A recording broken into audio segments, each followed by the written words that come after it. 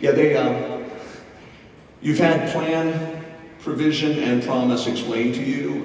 They told me I had 15 minutes at the very end, but they said that 15 minutes was provisional, I think isn't how it was. That was put.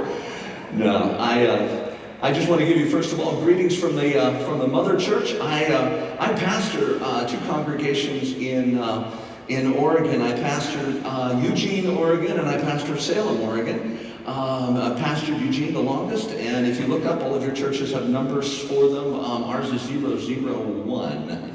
So it all began there. I pastor the Western region as an RP, and if you look at it, it's a big chunk of yellow over there. It is the largest region geographically, and that's not because the RP is awesome. It's because of the geography. Now, where Mike said he drives everything, if I were to drive this, the denomination would need to provide me with a Winnebago. So it's a little bit of a challenge. But part of the thing is that because of where I live, I thought I'd just take a couple of moments and let you know what's in my backyard, because you are all here because of things that happened in Eugene, Oregon a long time ago. And it started with KORA Radio.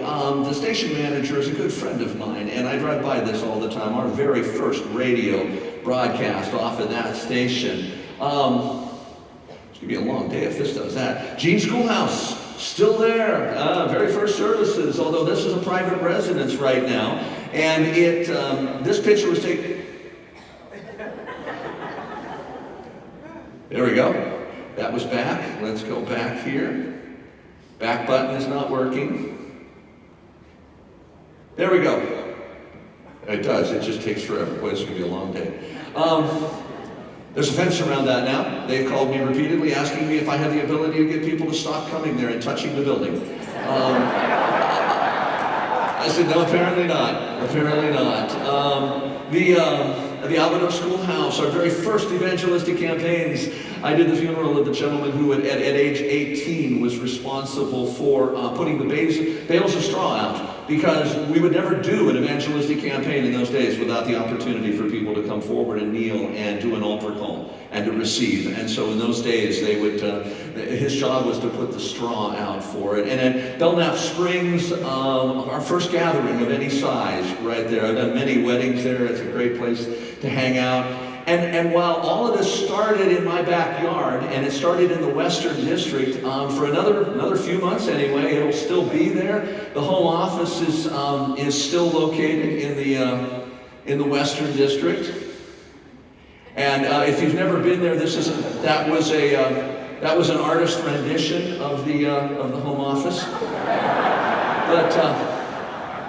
But when we take a look at the Western region, we're looking at Washington, Oregon, California, Montana, Idaho, Utah, Wyoming, Nevada, Arizona, Alaska, and Hawaii. And the reason the region is so large is because we're so spread out in those churches. Washington has 7 congregations. As we come down, you'll see a lot of it is on the I-5 corridor as we look at these states. Oregon has 6. I'm really hating this remote today. Oregon has 6 congregations, and I'm not doing that. California has 30 congregations. Our largest collection, once again, down the I-5 corridor. If we take a look at Idaho, we have 2 congregations. Montana, 2. Wyoming, 1. I'm just going to fight the remote here. Utah, 1. Nevada, 3. Arizona, 3. Alaska, 2. And I've been told we have a congregation in Hawaii, but it may be in my region, but I've also been told I will never get there, because every time there is a need in Hawaii, someone from the home office always seems to volunteer. I'm just so busy. So I know we have a congregation there. We have 4 summer camps in the Western region. We have SAP SoCal, one of our largest ones. As we move up, we have got SAP Tahoe in Nevada. We have, now Base Camp Northwest, my backyard, this was last year's picture, but we've done a little different in Base Camp. When we were at Converge this year, we talked about Camp Reimagined. And one of the things that we did with Base Camp is that we did some reimagining, because we realized we had a lot of kids coming in, and we really dealt with, we probably scholarship 85% of the kids that came in there, and probably half of them full scholarships, because we were dealing with a lot of kids that we just, they're coming out of the foster care system. And it was a great camp, but what we realized is that we did not have any long-term relationship with these except a small group.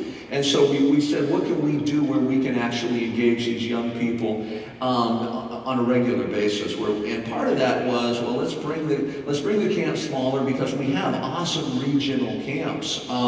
We've got camp in Montana, for example, that, great regional camp. Tahoe, great regional camp. SEP SoCal, great regional camp. Large camp. And so we brought it down to a smaller camp where we're going to be doing it more often. We're going to be engaging. We're back in tents. The kids like that. The staff hates that. I've got a camp director who tells me that she would rather have a little something between her and the ground, like 3 floors of a luxury hotel.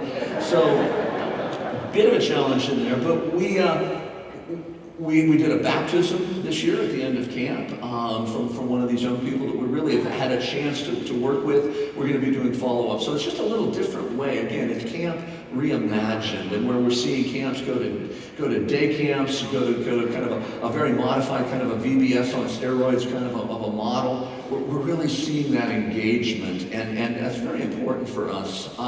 Putting the pieces together. For example, Sacramento, again, as has been said, there's so many different things that we could focus on. Our Sacramento congregation, this was a trip that they just did recently to Bogota and spent some time down there. A number of young people. The gentleman on your left, Judah, Duran, Dwight, Sanders, wonderful young man. He is a pastoral intern. I met him at the beginning of his intern program when he called me up and woke me out of bed at 2:30 in the morning and asked me to drive to the airport to pick him up. Got to know the young man. I have watched him develop into a pastoral resident. The end of this year, there's going to be a transition. Mike Swaggerty, the pastor in Sacramento, is retiring after, by the way, give it up, 50 years of continued ministry and service. And Mike is stepping out, and a young, out there, dreadlocked, levitates when he worships young man is going to be stepping into the lead pastor position on that. The program is working, and we are seeing those transitions take place. Federal Way, Washington. Federal Way is a small little congregation, fellowship group size. They own a building. They're known all through the community because of the program that they do for homeless in that community, bringing them in, working with them, feeding them showers, things like that. But I want to take us down to San Francisco, California, and I want to look at a congregation down there that has probably the highest level of ethnic diversity of anything that we see in my region. And so I am going to, if thingy clicky will work, I'm just going to show you a little bit of this. I was when I was there and I spoke at this congregation. Pastor Richard and Pastor Tracy, co-pastors, are here at this conference.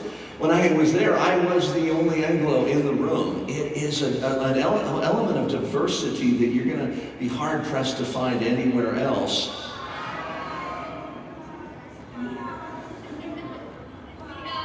I just said hello to them, and the response back was Nihai, and I couldn't tell you half of the languages that came back to me. When you're sitting there and you're looking at that, you're seeing people from a number of Asian countries. You're seeing somebody from Ghana. You're seeing somebody from Saudi Arabia. It's just an incredible, diverse group in that community. And when you take a look at what they do, for example, to back that up, it's working slowly here. You put.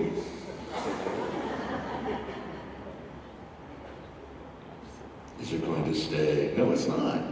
I am going to back it up one more time, and then we're going to give up. They put up the scripture passages, and you notice that the passage is up in English, Chinese, Korean, Japanese, Spanish, and then they also have a teen Bible that they use. Most of us don't have that challenge when we put it up. We put it up in English, unless you're in Kentucky. I heard that. So, I got folks from West Virginia, and I really need a translator sometimes. But if you...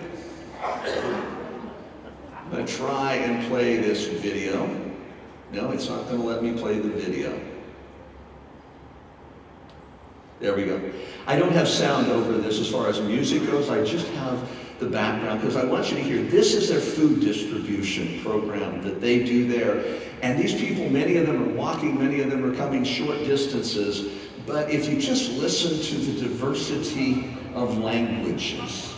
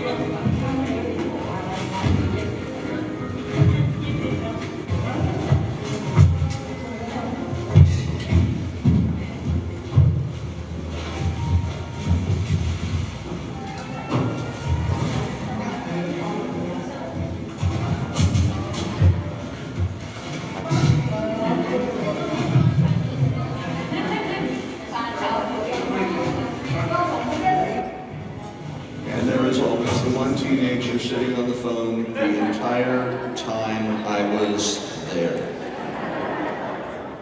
I wanted to show that particular video because it speaks to some of the challenges that we find in the Western region. Now, I would complain about the size of the region, but then when I listen to the international directors talking about their various regions, listen to Kulangali, I have a hard time complaining about my particular region and the challenges of getting to it. But the challenges are a little different as far in the West as far as ethnic diversity. I looked at the other regions and I see, and the diversity tends to be based on color of skin. In the West, the diversity tends to be based on the ethnic origin. And so we have a very large Hispanic population. As you heard yesterday, we have a very large Asian population. We see an incredible amount of diversity. And so when we take a look at it, we also are faced with the very same thing that Mike is faced with. You know, the distances are absolutely incredible for us. And so we have churches that feel isolated, that we're trying very hard to find the way to connect them. For example, conferences like this are good, but your folk back home don't get the chance to, unless you really bring that back to them. So trying to find a way to bring that connection. So the cabin retreats that we do for our leadership become very essential. And then the other thing, as I said, is that ethnic and cultural diversity. How do we engage and how do we build? And that particular congregation that I showed you had actually established a community, which is, I think, the biggest thing, and you've heard that so far, is that don't like this thing, is the sense of community. I like that picture, though. I can keep watching that spin around. Is finding that sense of community. And that's going to be the challenge that you're going to hear from any one of these gentlemen sitting over there, is how do we then reach out and how do we then engage community? How do we see beyond? My congregation in Eugene does incredible things. I could brag about them, but we've actually been backing away from them. We adopt a school, we paint things, we hand out backpacks and we hand out shoes. We were part of a group last year that handed out 8,000 pairs of shoes and 14,000 fully stocked backpacks to needy kids in the community, and we've not really engaged anyone through that. We'll continue to do the good works, but how do we then take that to the next step and engage? And so the intentionality, I hear it when I hear Nimpomo talking about what do we do in Tony Murphy, and how do we then intentionally look at community? That's going to be the biggest challenge I think we all face. And for me, it's a privilege to be a part of these gentlemen over here. We did behave ourselves. Did we get a drink? I don't know. We did behave ourselves. But it's a privilege also to be a part of this, to come into a congregation, to look at the diversity. And when I speak at congregations now, I tend to stop with the, we are GCI. Say it with me. We are GCI. It doesn't get any better. I want to thank you. We want to thank you on behalf of my brother sitting over there. You guys get a break. 11:15. Come back here, and we'll see you all again. Thank you very much.